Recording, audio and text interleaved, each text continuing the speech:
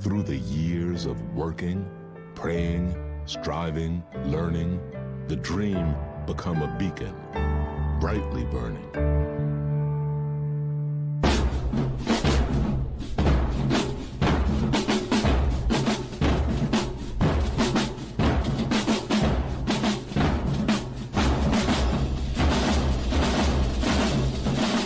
Black colleges are spaces where Black people are affirmed. You could be yourself and develop yourself in this rich soil. It's a space that is an unapologetic Black space. These are places where there's incredible freedom to explore. We wanted to better ourselves. We wanted to have an institution where people like us all wanted to be more than the status quo. The question for African Americans has always been, what is education's purpose? Who controls it? And what is the relationship of education to the broader aspirations of our people?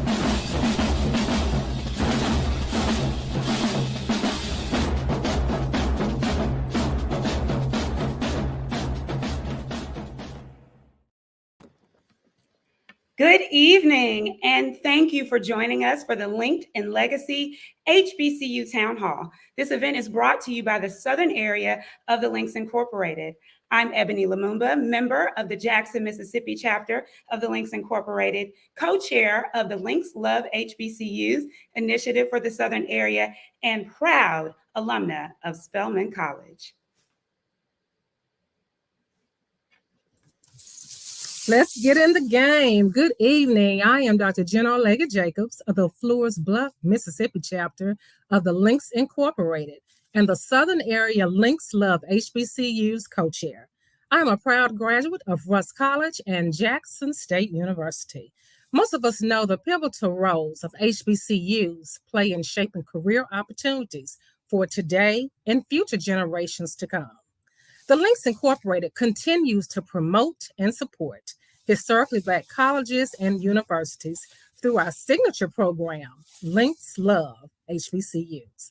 At this time, it is a pleasure and honor to introduce the Southern Area Director of the Links Incorporated, Mrs. Vanessa Falls. Good evening and welcome to the Southern Area Linked in Legacy HBCU Town Hall meeting. I am Vanessa Falls, the Southern Area Director, and I bring you greetings on behalf of the 5,000 members of the Southern Area, which includes 7 states: Alabama, Florida, Georgia, Louisiana, Mississippi, North Carolina, and South Carolina, and the Commonwealth of the Bahamas. I'm proud to say that the Southern Area has the most HBCUs in the country. Historically Black colleges and universities date back to the 19th century, when many offered Black students an opportunity for higher education. From inception, HBCUs were created out of the great social need, and while social need still persists, today's challenges are indeed more critical. Today, HBCUs have a great opportunity to redesign the institution for the 21st century sustainability, yielding long-term positive outcomes. We are excited that you are here tonight, and thank you for joining us for this robust panel discussion with the HBCU presidents. Thank you. Special thanks to our Southern Area Director, Vanessa Falls, for such a gracious greeting. We have an exhilarating and informative discussion planned for you this evening. But before we introduce our panelists, we'd like to give you a bit of the history of historically Black colleges and universities with a clip from the 2017 documentary, Tell Them We Are Rising. The African Methodist Episcopal Church, the AME, start to say, wait a second. We want to have our own education system in terms that we understand. We have ideas here, Black ideas, and so they start forming their own colleges. They wanted those schools to be as free as possible from paternalism, from racism, whether subtle or blatant. No man or community of men can elevate another. Elevation must come from within. What the North and the South, however, can do is to seize their injustice and allow the Negro to educate himself. Bishop Benjamin Tanner, AME Church. The federal government also began creating separate public Black and white colleges in the South. By the late 1800s, there were over 86 Black colleges. Many of them were created by the AME Church, the AMA, and the federal government. The South's reaction was one of incredible anxiety. Southern planters elite had an investment in a certain kind of workforce, a workforce that they had been able to keep docile. Education was going to turn that upside down. And the planter elite said that simply can't happen. In Tuskegee, Alabama. Nearly every black school that developed in the county was destroyed or the teachers were run off. One of the heartbreaking stories is the lynching of a professor at Talladega because he was teaching African-American students. He wrote this very powerful letter to his wife. My dear wife, I die tonight. It has been determined by those that think I deserve it. God only knows I have only sought to educate the Negro. God of mercy, bless you and keep you, dear wife and children. Your William. Between 1866 and 1872, approximately 20,000 people are killed, blacks and whites in the South, all because of this perceived threat that education will unlock something.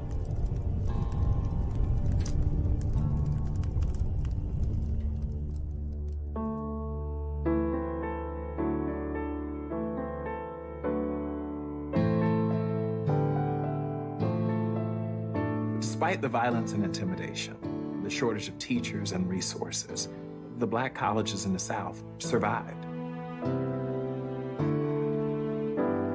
And they began to produce their first graduates. Many of whom were formerly enslaved.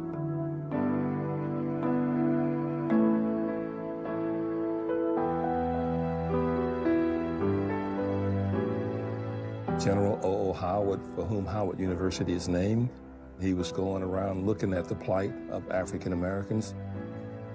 And he ran across students and he asked, what shall I tell the people up north about the plight of the former slaves? And the 13-year-old Richard Robert Wright rose and said, tell them we're rising.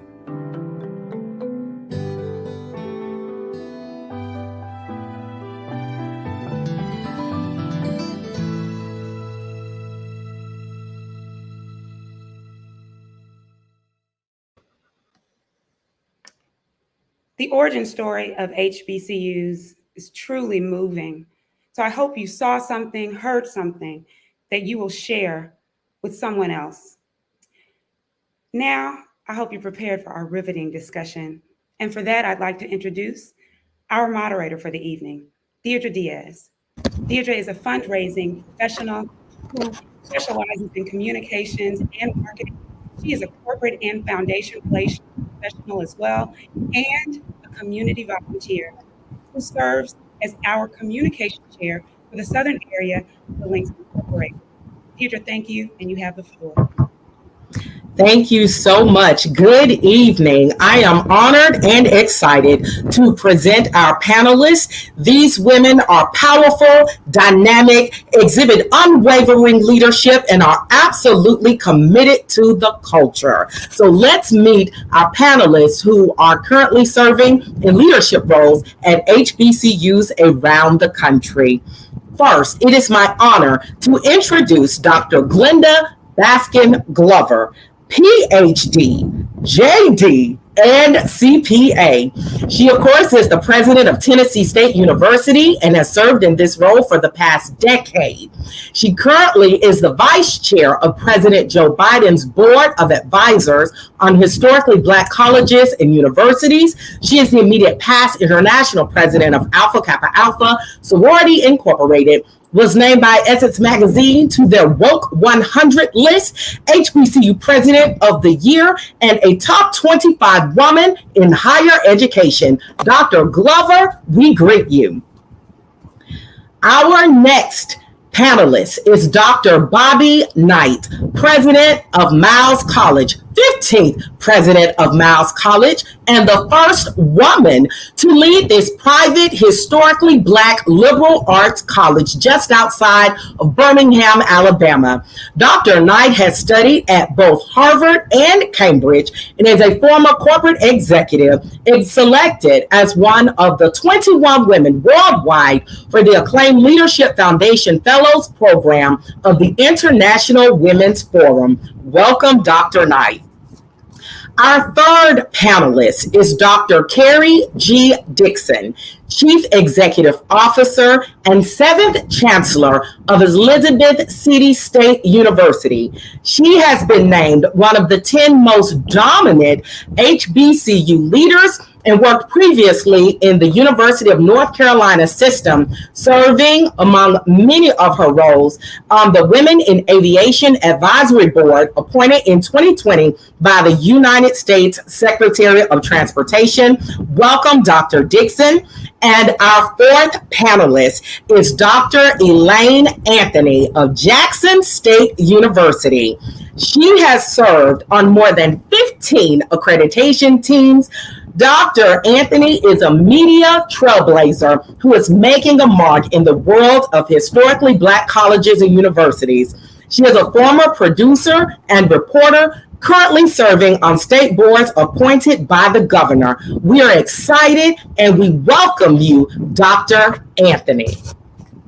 So, to our full list, we are going to start right now with a question about the U.S. Supreme Court's landmark affirmative action decision.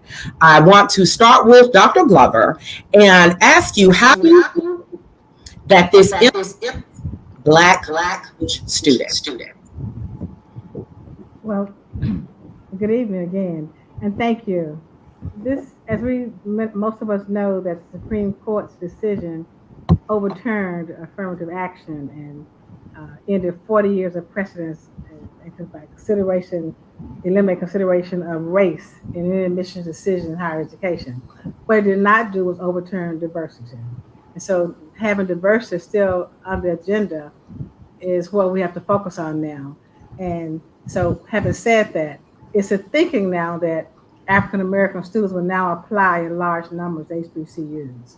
Of course, that's a hopeful speculation. And we're hopeful that, and we have our arms out, we're ready to welcome students who choose to come to our great institutions. But what is not discussed is students don't necessarily apply to HBCUs who really choose to attend majority institutions. The literature shows that after the Michigan case, where there was no real surge in HBCU enrollment by African-American students who had attended the institutions. So we're hopeful that we're reversing that, making it ready for getting ourselves ready, making sure the schools are ready to accept the Black students. And to be ready is to really be ready. It's not just to say we're ready to and hope everything goes well, because we know that hope is not a strategy. We have to be ready to receive students, be ready housing-wise, meal-wise, class-wise, student engagement, all the factors that will represent what a student will do on campus. And one last point I'll make is that being ready to receive students is no joke. We have to be prepared, because remember, many of you may know that I was beat up by having so many students in 2022, first-year students, and not having enough dormitory, residence hall space for students. So you have to be ready in all angles to accept students. And let's hope that students choose to come to HBCUs.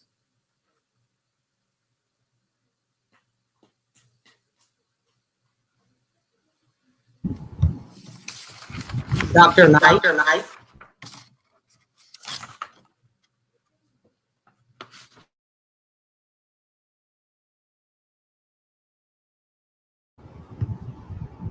Dr. Knight.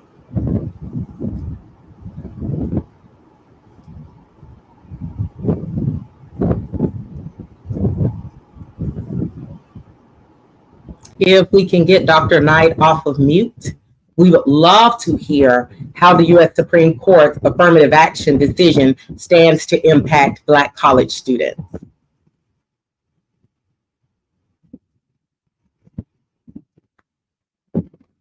Dr. Knight, if you can hear me, will you give me a thumbs up? Dr. Dixon or Dr. Anthony, can you hear me? Dr. Dixon, okay. Would you please answer the question? Yes, thank you. Can you hear me okay? Yes. I would just agree with the points that Dr. Glover made. I think, yes, we can benefit from this decision made by the Supreme Court. I do think that we have to focus on our strategy and being intentional about how we prepare for an influx of students. And we are hopeful that that's going to occur. But as we think about it, it's important that we are advocating at the state and the federal levels to get more funding allocated to us. And as Dr. Glover said, the first thing I thought about in thinking about this question was we need more housing. You know, how, it goes back to HBCUs historically being underfunded. We're still trying to catch up. And though we will benefit possibly for the numbers and the enrollment increases, we have to make sure we have the infrastructure in place to support the number of students that are going to be coming our way. So I am optimistic. I'm excited that we are going to take advantage, all of us, of this opportunity. What some mean for bad, we can always turn to for good. In our case, this is one example of how we're going to be able to do that. But I do strongly encourage all of the listeners tonight to continue to advocate for HBCUs. We need infrastructure funding. We need research funding. We need funding for housing and funding for new buildings. You know, our students deserve the same quality amenities that you see at other institutions. There's no reason why they should not have those same, state-of-the-art residence halls and research labs. We are producing alumni that are making a positive impact in this country and have been for years. And at Elizabeth City State University, been in existence for 132 years. We have a history. We have an alumni base. We have excellence is the standard. And we want to make sure that we're prepared to welcome these students as they choose HBCUs. And we want to make sure that we're funded, at equal status as far as being able to provide the capital projects that are necessary for us to continue to do the excellent work that we do. Dr. Dixon, you're preaching tonight, but the message will not fall on deaf ears. I would like to ask you the same question, Dr. Anthony, your perspective on the Supreme Court's decision and how HBCUs are uniquely poised to rise to the occasion. And we're going to take you off mute so we can hear your response. Go ahead. Thank you very much. I do appreciate the opportunity to address this most important issue. We must have the proper resources. If we double in enrollment, we must double in faculty. We must double in staff. We also must look at the other resources that we need in terms of labs and research and all of the other resources that you need to continue to run a stellar university. It's not enough to say, oh, yay, our enrollment is going up, but will everything else go up as well? That's one thing that I thought about when this first happened, is that if our enrollment here would double, what would we do with all of the other aspects of campus life and of giving our students all of the resources that they need to go on and be great citizens and really be able to use this fine education from our HBCUs. So with that said, I'm very hopeful that that happens. But as presidents, we must be deliberate in going after the resources and stating our case on all levels of government. We must stand there and we must say, we are very capable of working with our students. We want our students at HBCUs, but we do recognize we must have the added resources to make that happen. So as long as we understand the challenges that we are faced with, I really believe that we will meet those challenges, but we're going to have to be energized by it because our students deserve nothing less than the best. That's right, Dr. Anthony. Good to see you again, Dr. Knight. Would love to hear your response to the question about the U.S. Supreme Court's landmark decision on affirmative action. Thank you, Deirdre. And my apologies, I could not hear a thing. No worries. And then I started getting all of these text messages from all of your Links sisters telling me she's asking you a question, but I couldn't hear a thing. But I don't, I believe we are going backwards. I think history is repeating itself. I think it's a sad day in this country when we reverse those decisions that have been so very, very positive for this country and for students who have the ability to go to any college they want to go to. It's we stand in solidarity actually with the ideals of the pursuit of fair and equitable access to education. I don't care where it is. I think we need to be sure that we don't lose our rights. We don't lose our opportunities. And we stand ready. We're ready to take students if they want to make a change and come to an HBCU, but they shouldn't have to be forced to do that if they want to attend another institution of higher education. That's an excellent point, Dr. Knight. I've been looking down because my Lians have been texting me, where's our president? She can't hear. So we're very glad. We know that tech issues come, that technology can be a blessing and a curse, but all is well. This is an important conversation, and we are going to have it tonight. So I want to move on quickly to the next question. Author and National Book Award winner Imani Perry describes HBCUs as the last existing institution that intentionally preserves Black culture. So I want to know if you agree with this sentiment, and how does your institution actively and uniquely preserve Black history and culture? Dr. Glover, will just keep the same order.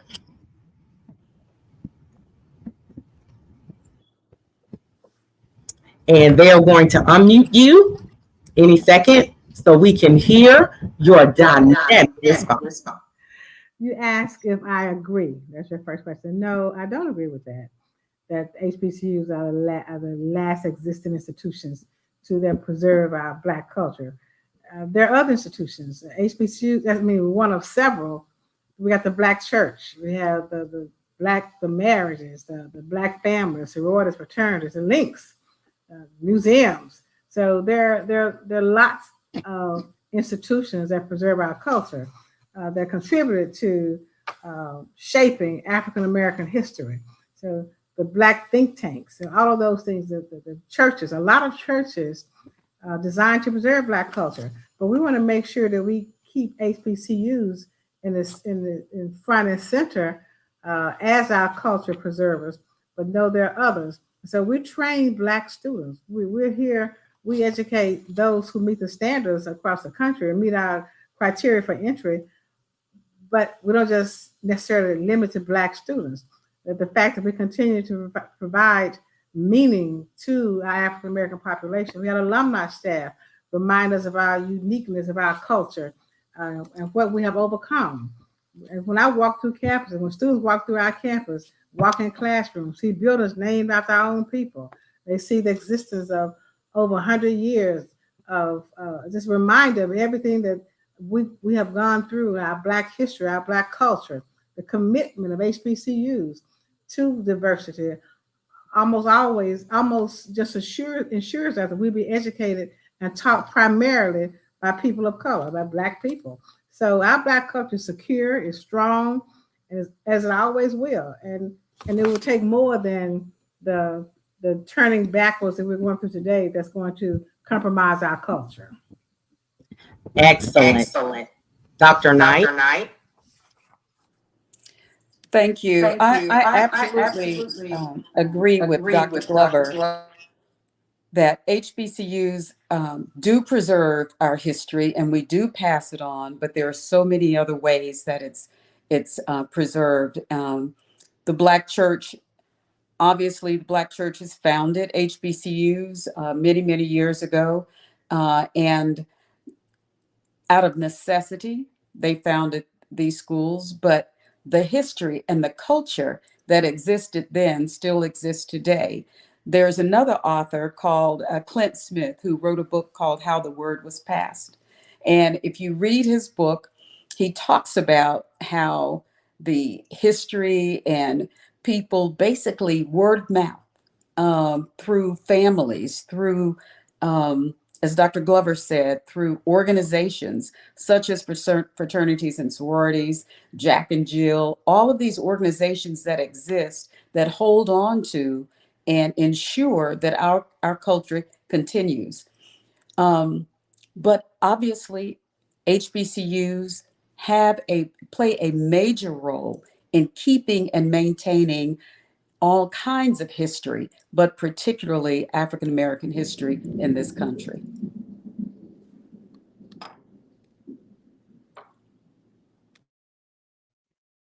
Dr. Dixon, and then Dr. Anthony. I'll just add, first, I have to acknowledge that my sister presidents have pretty much covered, the argument I think that we all would agree on in regards to the book and the notion of being intentional within the preserving Black culture at the institutions. I think we cover all aspects of that. But the second part of the question, how does my institution actively and uniquely preserve the Black history and culture? And I'll just give a few examples. One thing, we all agree that on an HBCU campus, the history, the culture is there. You feel it, you see it, you learn it from day one, even if you don't know. And so we do a lot of programming around who am I?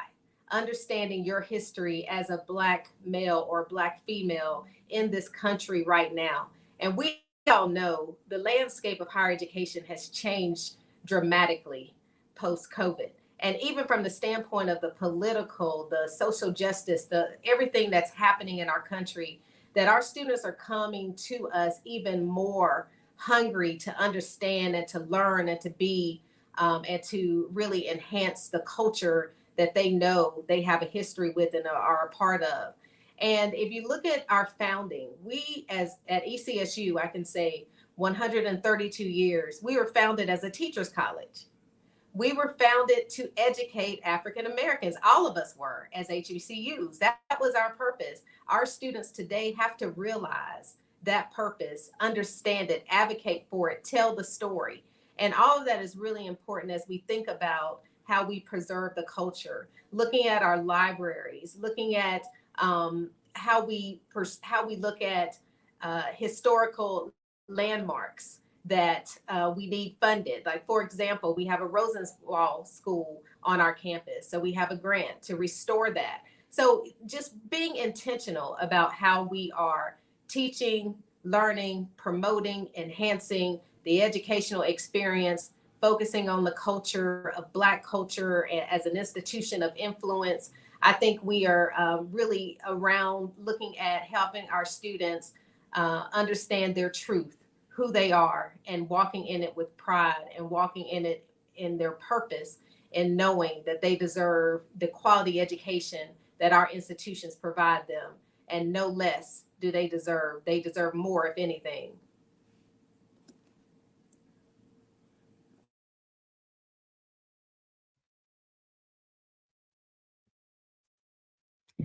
At this time, we know the presidents are representing their schools well. I want to give Dr. Anthony an opportunity to respond, and then we are going to watch a couple of videos with a quick commercial break, if you will. First video will be Tennessee State University, and the second video will be Miles College. Dr. Anthony, the videos will start after your response. All right, thank you very much. I appreciate the opportunity, and I represent a very unique institution, Jackson State University.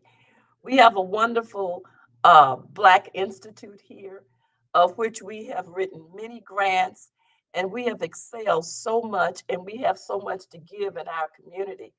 We've been in existence in excess of 150 years here. Started out at Natchez Seminary again, as so many of us here that are mentioned on this particular panel, as a teacher's college as well. But we have really expanded over the years. And so many of our leaders have assisted us in expanding. So I don't believe that we are the last.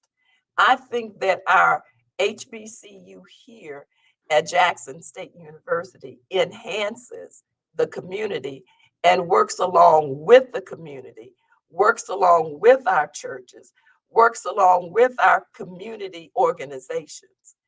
So when I look at this, we're not the last in terms of that sentiment, but we work along with our community here in Jackson to enhance the Black experience in every way, and also to make sure that our students continuously understand what our forefathers have gone through and then embrace what we have to offer and really understand the backstory behind how we got to this unique place in our history.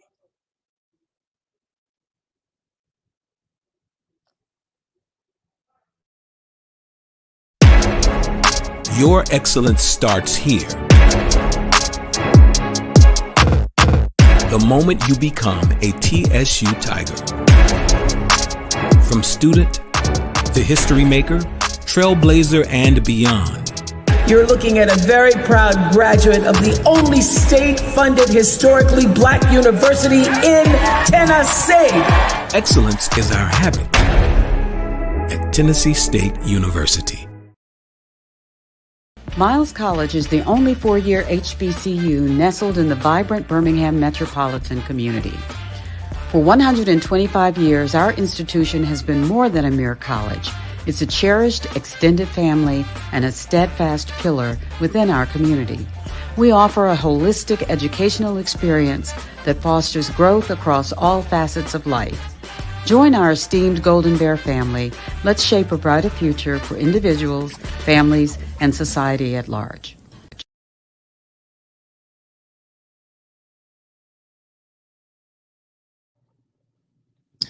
Wonderful for our first commercial break. So I want to continue the conversation and talk about a really, really important economic topic: student debt, student loans, student loan forgiveness. I know that there are a lot of HBCU alums on tonight's virtual town hall, as well as a lot of parents who are looking at options and opportunities with their high school students who are looking at colleges and universities. So I want to give you an opportunity to talk specifically, and I'll just ask a couple of presidents to respond about opportunities and what students should be looking for and what they can look forward to if they choose your institution, and just your perspective on student loans, student debt, and student forgiveness altogether. For this segment, I'll ask Dr. Glover and Dr. Knight to answer that question.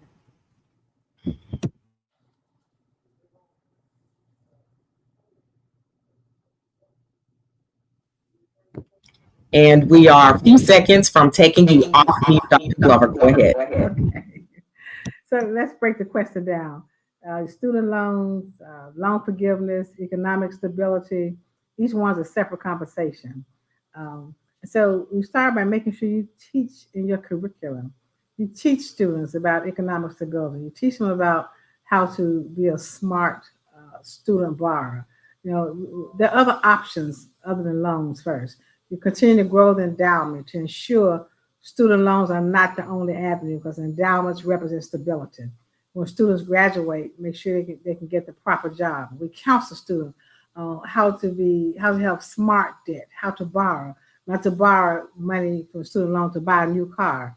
And I'm not one of those presidents who's anti-student loan, because our population many times will need additional money to pay their tuition and fees. So they're not born into families that sit around the dinner table talking about cashing in their CD or talking about their stock portfolio. So sometimes we have to borrow money. It then becomes our job as administrators to teach students about borrowing and spending properly. we're going to always need more funding for students. In fact, that's one of our main problems facing HBCU. We always say it's money, but to me, it's the lack of those who advocate for HBCUs to get more funding, the lack of a solid advocacy base. And that base can walk the halls of Washington and at the Capitol to help us to get the funding we needed. So yes, his funding is always funding, but you need those advocates so that students won't have to borrow as much money to go to school. And just make sure we recruit employers, potential employers who will hire our students and make sure they have the right jobs. And then the other thing is to look at the factors, the economics of it.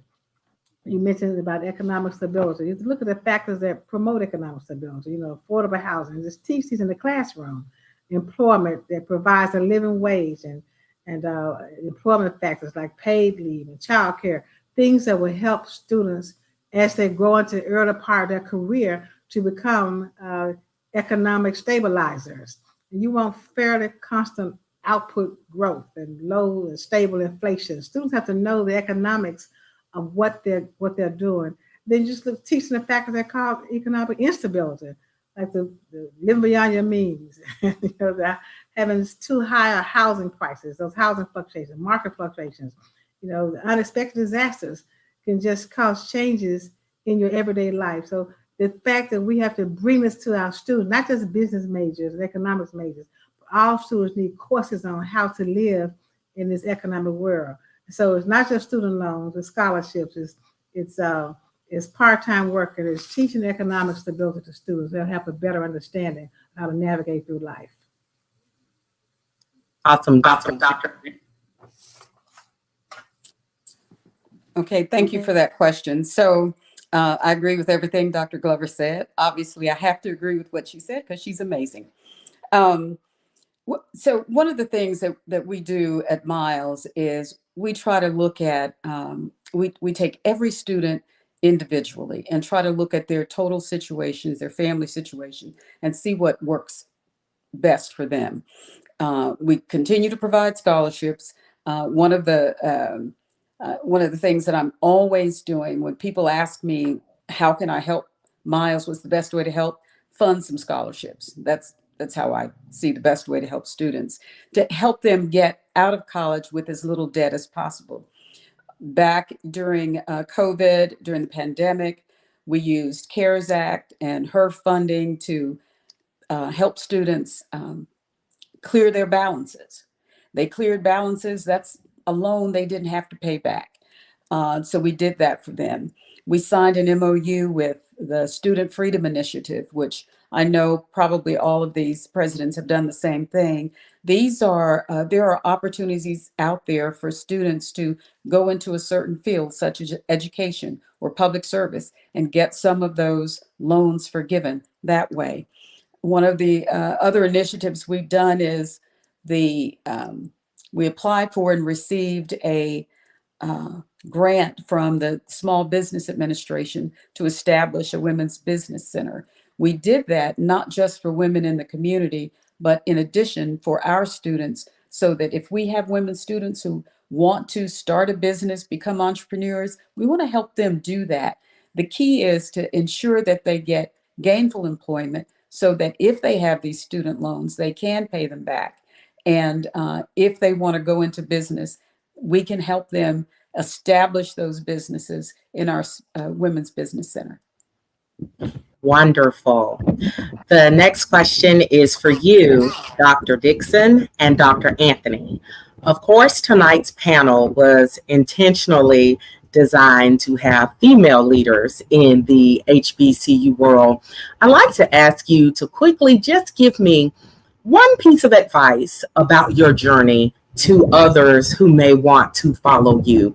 One piece of advice about your journey that you learned along the way that can serve as wise counsel to others who may want to follow in your path. We'll first hear from Dr. Dixon, followed by Dr. Anthony.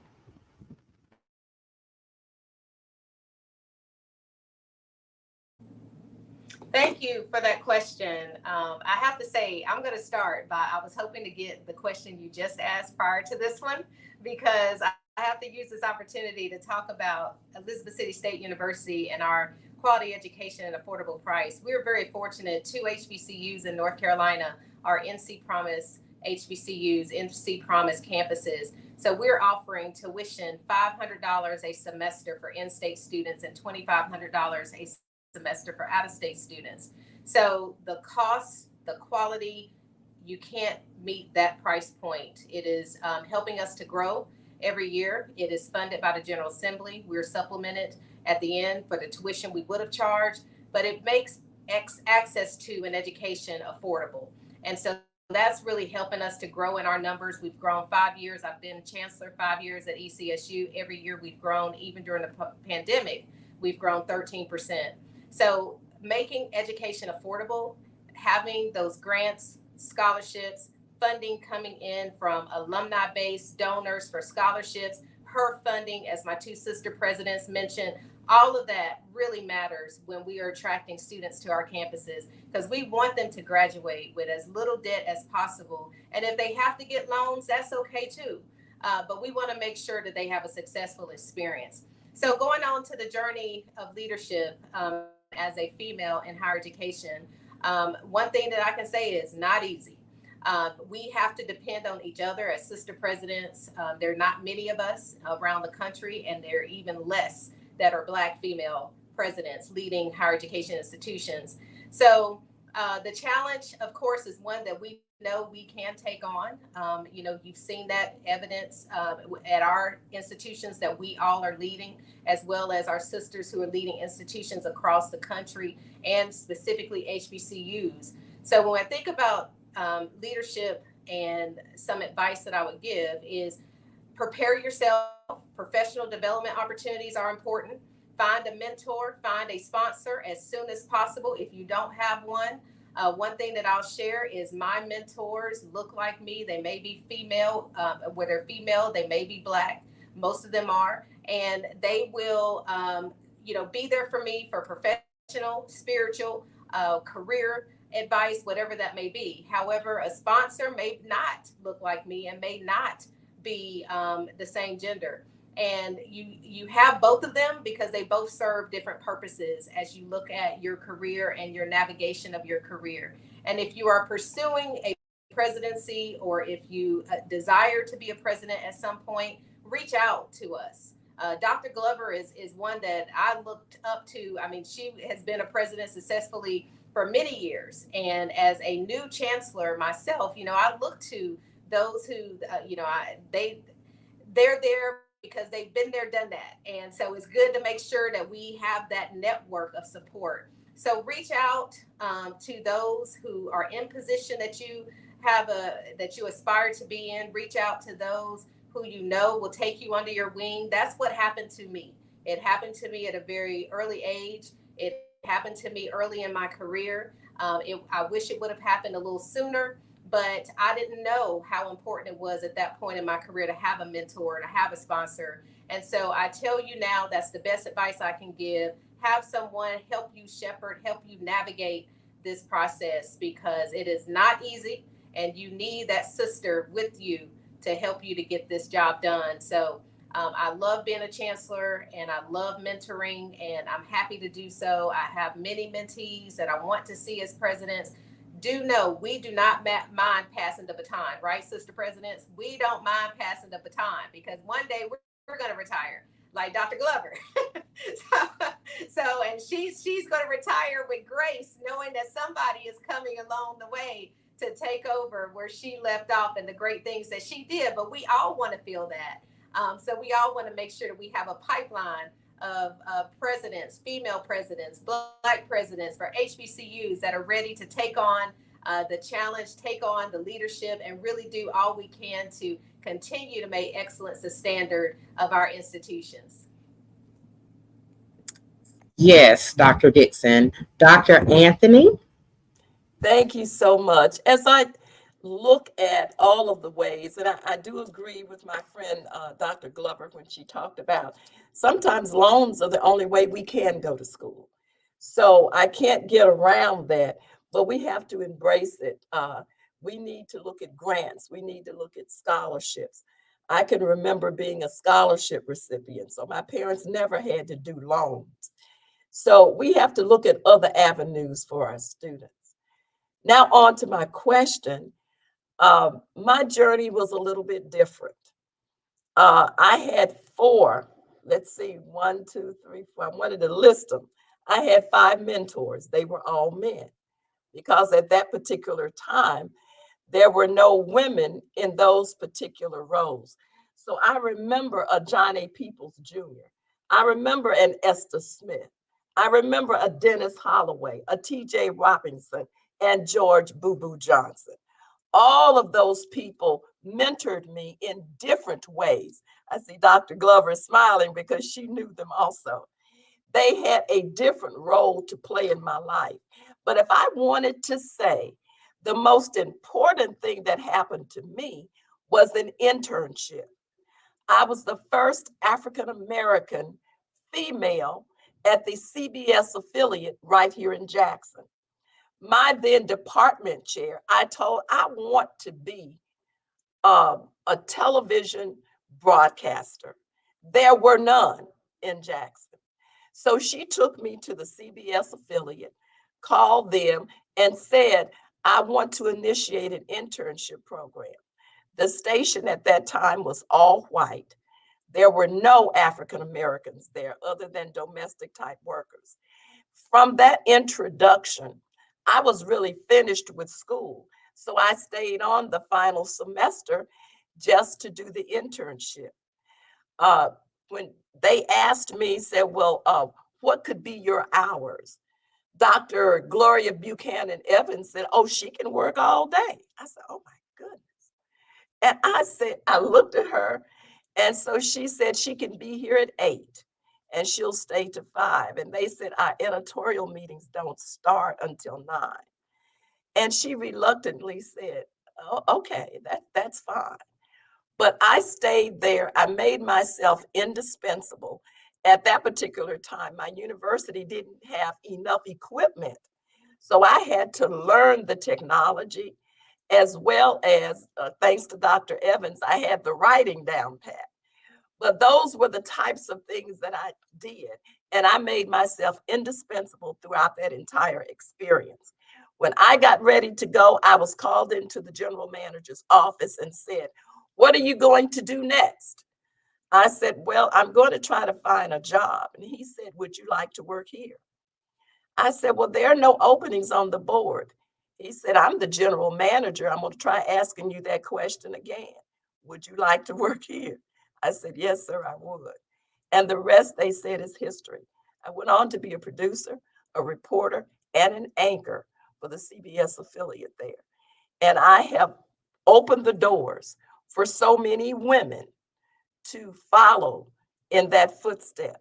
So I guess I would say the most important thing for me would be number 1, mentors, and number 2, internships.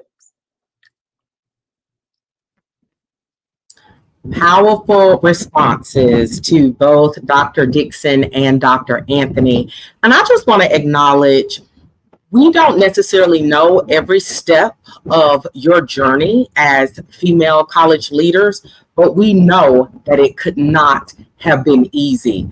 Yet here we are tonight, saluting you, excited for you, and wanting to have this virtual town hall, which is so important in support of you, HBCUs, and your students. Well, I told you earlier, we saw video clips from 2 of our HBCUs, Tennessee State University and Miles College, and now we will watch videos about Elizabeth City State University and Jackson State University.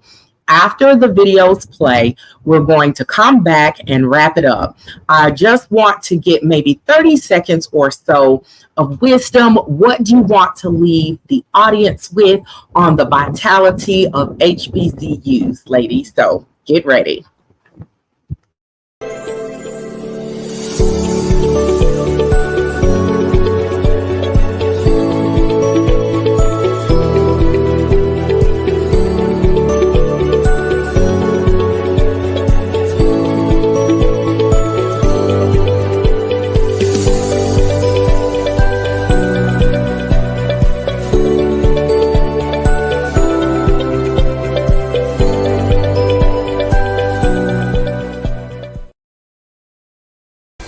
Since 1877, Jackson State University has been training students for a life of service and leadership to impact our global society. Ranked among the best HBCUs in the country, Jackson State University offers 47 undergraduate, 37 master's, 1 specialist, and 13 doctoral degree programs. Whether you're interested in the arts, education, public health, the sciences, or business, we're here to take you from ready to JSU ready. Visit jsums.edu and apply today.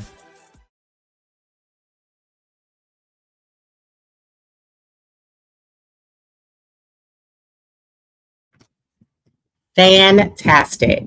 Well, before hearing your closing remarks, I'm going to end the way I started. You all are powerful, dynamic. You exhibit unwavering leadership, and you are absolutely trailblazers who are committed to the culture.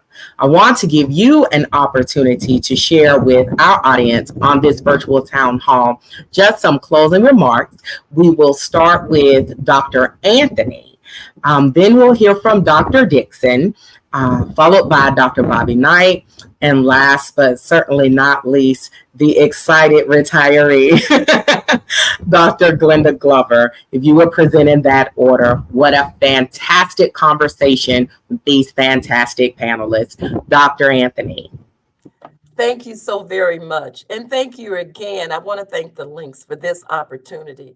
It has been fantastic, and I am humbled and honored to serve as the acting president of Jackson State University and to serve with these distinguished women on this panel. In terms of where would we be, HBCUs still serve and will always serve a vital role in the history of education in these United States and abroad. With over 150 years of service to so many people, HBCUs are here to stay. And we are because of what we offer our students. The nurturing that you get at an HBCU, you can't get anywhere else. We nurture our students in terms of academics, in terms of the arts, in terms of athletics, and everything else. The Greek letter organizations, which bind us together and bind us together for life. The HBCU experience is awesome, and it's one that is very difficult to replicate anywhere else. We see that there are some stumbling blocks, but we're vibrant. We're women of excellence, and we know how to circle around those stumbling blocks for our students. I told a group of students today, because I have a session where I just hang out with students to find out what they're thinking about, what do they want, and what are their needs. They asked some very interesting questions that I intend to do something about. They definitely told me what they felt that their needs were and what they saw in terms of their vision. HBCUs will always have a place in the educational arena here in the United States. Again, as women, we have a place to not only mentor, but to lead. And we are really in a position where we want to be the leaders of today and also, as women, the leaders of tomorrow. I see so much out there in terms of potential when I look at all of our students. I just want them to go on and be all that they can be in the educational arena. And please never forget your HBCU, especially the I Love. That's awesome. We will now hear from Dr. Dixon. I just want to let the attendees of the town hall know that after this particular segment, we're going to hear from some HBCU students. So stick with us so that we can hear from our students in addition to our leaders who are on the panel now. Dr. Dixon. First, thank you so much to the Links Incorporated Southern area, and a special shout out to the Elizabeth City chapter, and our president I know is on, Gwen Sanders. Thank you all for putting such an important conversation together tonight. And I hope that this message from all of the presidents who have spoken tonight really reaches an extended audience. And what I mean by that is we need everyone. We need everyone to continue to tell the great story of HBCUs. We need everyone to continue to say we are vital, we are relevant, we are vital, we are striving and thriving, and we're doing everything possible to continue the legacy that's been created many, many years ago. And I just thank my sister presidents and everyone for helping us to lead these institutions and prepare our graduates for the future. And we're doing some wonderful things, some innovative things that are taking place as we're looking at how our students are learning, how they're interning, how they're getting experiences, working with corporations and partnerships. But we also need everyone to continue to be an advocate at the state level, an advocate at the federal level. Our HBCUs deserve the funding that we have gone many, many years without. We are still historically underfunded. And though we have seen some advancement in those areas around infrastructure and capital projects, we need even more. And I hope that everyone will join us in continuing to ask for more at the legislature, in your home states, and anywhere that you can talk about the great things that are happening. We have to control the narrative. We have to control the narrative of HBCUs and wear it proudly and help everyone to understand how important these institutions are and how important it is from the standpoint even of our donations. We need our donors. We need our alumni to give. And it doesn't take a lot. If you can't write the check, find someone who can. But giving back to our HBCUs are critical to our sustainability. We're building the foundation for the future, and we need everyone's help to continue the great legacy that was started many years ago. So thank you so much for listening to us. And I appreciate being a part of such a distinguished panel of my sister presidents.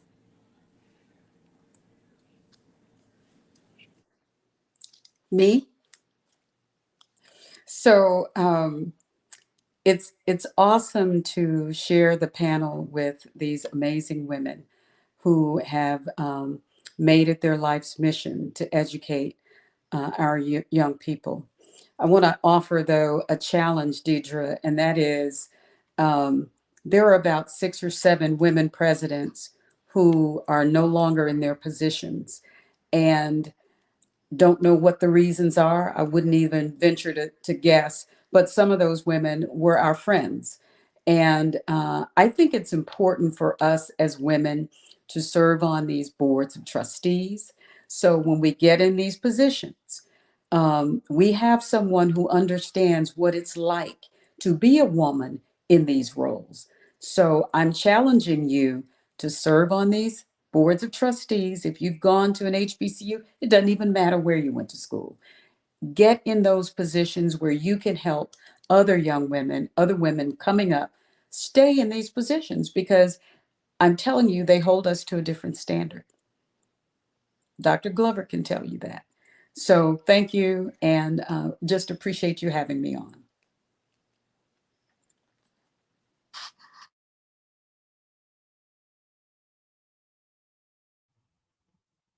We're taking you out.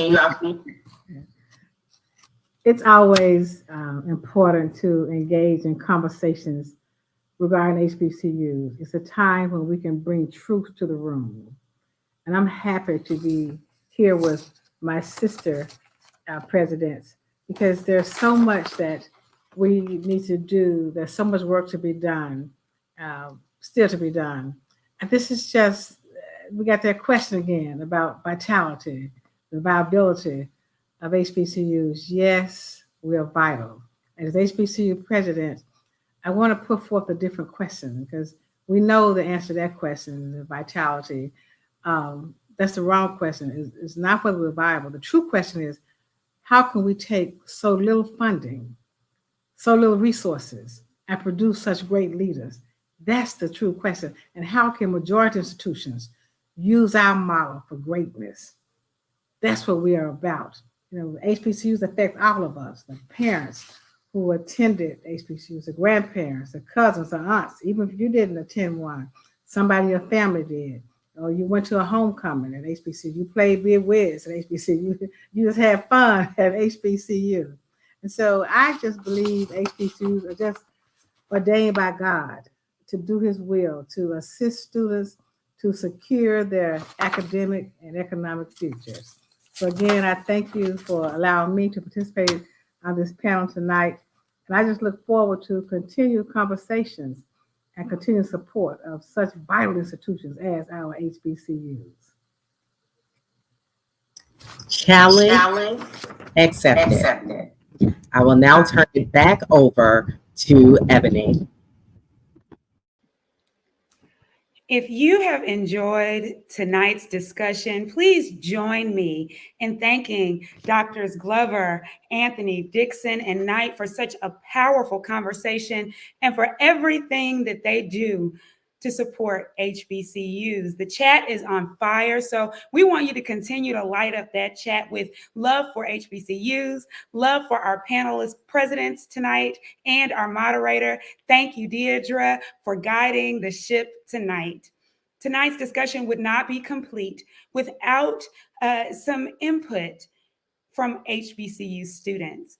So to that end, I would like to introduce Claire Jackson. Claire Jackson is a graduating senior English major, Spanish minor at Spelman College, hailing from Oakland, California. Claire plans to attend law school after graduation and pursue a career in sports and entertainment. During her time at Spelman, she has served as co-captain of the Honda All-Stars Challenge Quiz Bowl team, member of the Morehouse Spelman Pre-Law Society, and was crowned Miss Granddaughters Club, which is the legacy student organization on Spelman's campus. Claire also represented Spelman on Jeopardy during the 2022 College Tournament Series. Please join me in welcoming Claire Jackson to share her HBCU story. Hello, everybody. For as long as I can remember, I've had a poster in my room of a little girl walking in front of the entryway of Sisters Chapel. The poster reads, "Let her first steps be towards Spelman." My grandmother put it there, and I've never thought about taking it down. Not because I wanted to go to Spelman my whole life. I honestly didn't take it very seriously until much later. I didn't take it down because Spelman was something so close to my grandmother, my aunt, my mother, and countless other loved ones' hearts. I knew it was special somehow. Spelman seemed like a special and mystical place, and whether I knew it or not, that poster pushed me every day to have that same love that everyone else in my family did. To touch on what I previously just mentioned, I didn't commit to Spelman until the literal last minute. It was 4 p.m. on May 1st, meaning my deposit was due in an hour. My parents were at work, and I was supposed to be paying the deposit on a different college, actually. They really let me make my own choice, and as far as they knew, I was making the choice not to continue on that Spellhouse legacy as my father went to Morehouse. But something in me couldn't bring myself to press that button on the other school. And in a bout of impulsivity, I was enrolled to be a Spelman student. Imagine the confusion on my mother's voice when I called to tell her that news. A lot of people always wonder, what made you change your mind? And that question or that answer comes from a conversation that I had with my dad the night before. He said to me, "You have your whole life to be a minority, so why not take these 4 years to be in a space built for you, surrounded by people who look like you?" And that's the advice that I want to tell everyone who's ever considered an HBCU, and not just Spelman. In my 3 completed years thus far, and as I prepare to graduate, I can easily say that I'm a stronger, more confident, and happier person than I was before. I'm in a community of Black women who are so driven and inspiring in ways that I could have never considered. It's an HBCU, and all women's one at that, but it's still very diverse. There's future doctors, future lawyers, actors, and even molecular physicists from every country you can think of, speaking every language that you haven't heard yet. And this is why I ride so hard for my HBCU and why I think that they're so important. Spelman has given me more than I could ever return because it's given me the platform to come into myself in ways that I hadn't considered. There's a certain way of life at HBCUs, something that's unique, and maybe that's why we gatekeep it so hard, because we know how special it is and how life-changing it can be, and other people don't need to get it because we do. I'm Claire Jackson, and this is my HBCU story.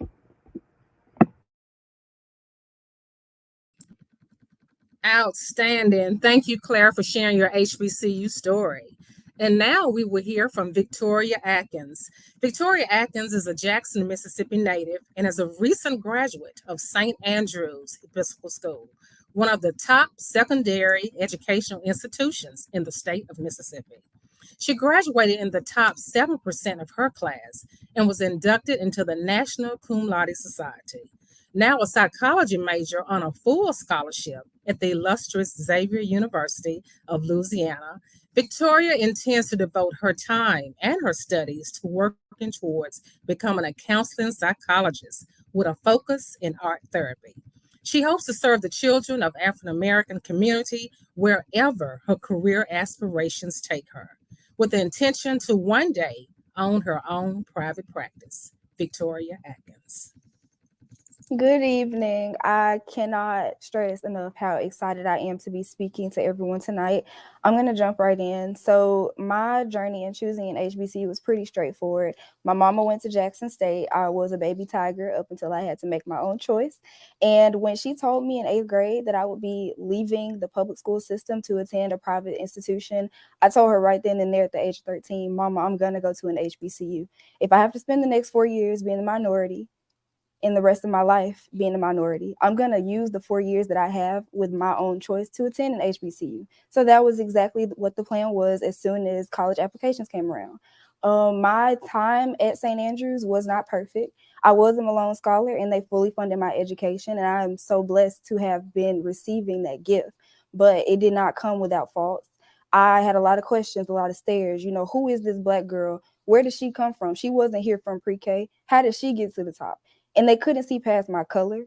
It was really disappointing to know that, you know, this is what people outside of your community think about you. But I had to prove them wrong, and I did. And I graduated at the top of my class. I really was interested in finding a place that was going to suit me and my interests.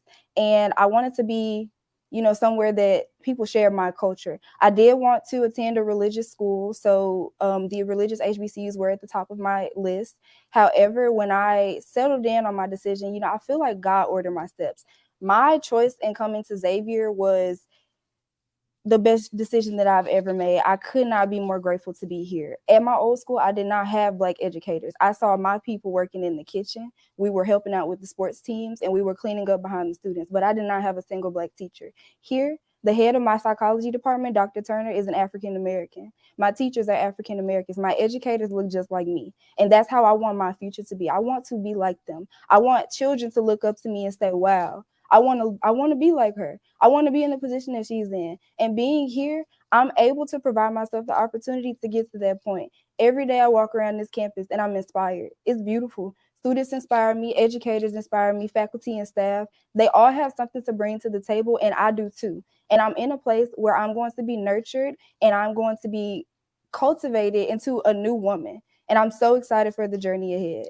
I am so grateful to be here, and I can't thank God enough for the way that He has ordered my steps.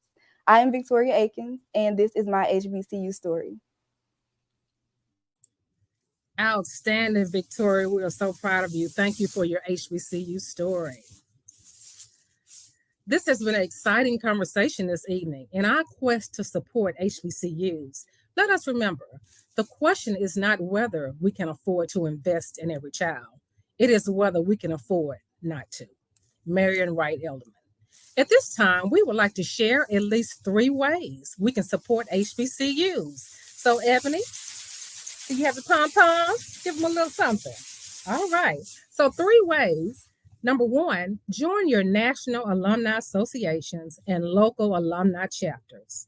Number 2, consider establishing an endowed scholarship if you want to be impactful. And number 3, give your time and your treasures. Feel free to contact the Office of Alumni Affairs at your favorite HBCU. And now I turn it over to Dr. Ebony Lumumba. Thank you, Dr. Jacobs. This has been a wonderful evening. If you are like me, you were laughing, moved to tears, and snapping the whole time. Thank you all for getting in the game and joining us not only in celebration of HBCUs, but in celebration of National HBCU Week, which is the second week of September every single year. Feel free to continue to light up the chat and shout out your favorite HBCU and show our HBCU students, Victoria and Claire, a little more love.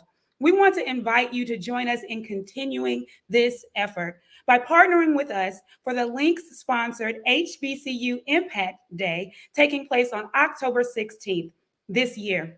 Look out for more details about how you can support. In the meantime, we hope that you will consider sharing this recording tonight to increase awareness and education and support for HBCUs. You may even want to host a screening of the full Tell Them We Are Rising documentary through your organizations. To close out, I will pass the mic to Dr. Autumn Jeter, Chair of the Services to Youth Facet for the Southern Area of the Links Incorporated. Autumn? Good evening, everyone, and hopefully you can hear me well as I'm having a few internet connection issues. I am Dr. Autumn Jeter of the Magic City, Alabama chapter of the Links Incorporated and a proud HBCU graduate of Talladega College in Talladega, Alabama. What a wonderful night it has been tonight. An amazing tribute and spotlight to our HBCUs and awareness. Thank you to our Southern Area Director, Mrs. Vanessa Falls, for your vision for our HBCU programming. Dr. Persharon Dixon, the Southern Area Program Coordinator, thank you for your leadership as we prepare. And hats off to our Southern Area HBC co-chairs that you see on the screen and have heard from all night, Dr. Ebony Lumumba and Dr. Juno Leggett Jacobs. What a wonderful job you ladies have done in organizing tonight's showcase. The Southern Area Technology team, a big thank you to a job well done behind the scene. This would not have gone on without your work. And last but not least, to our phenomenal HBCU presidents. What an inspiration you are, and our students as well. I was truly moved. Words can't express how simply perfect and timely tonight was. You all are wonderful. A great way again to spotlight our HBCUs. We encourage everyone to look for amazing programs all across the Southern area, 7 states, and the Commonwealth of the Bahamas. The Services to Youth Facet, which includes HBCUs, is proud to have been able to share with you tonight. So get those pom-poms ready, Ebony and Juno, and cue up the music. We thank you on behalf of Vanessa, enjoy and support our HBCUs.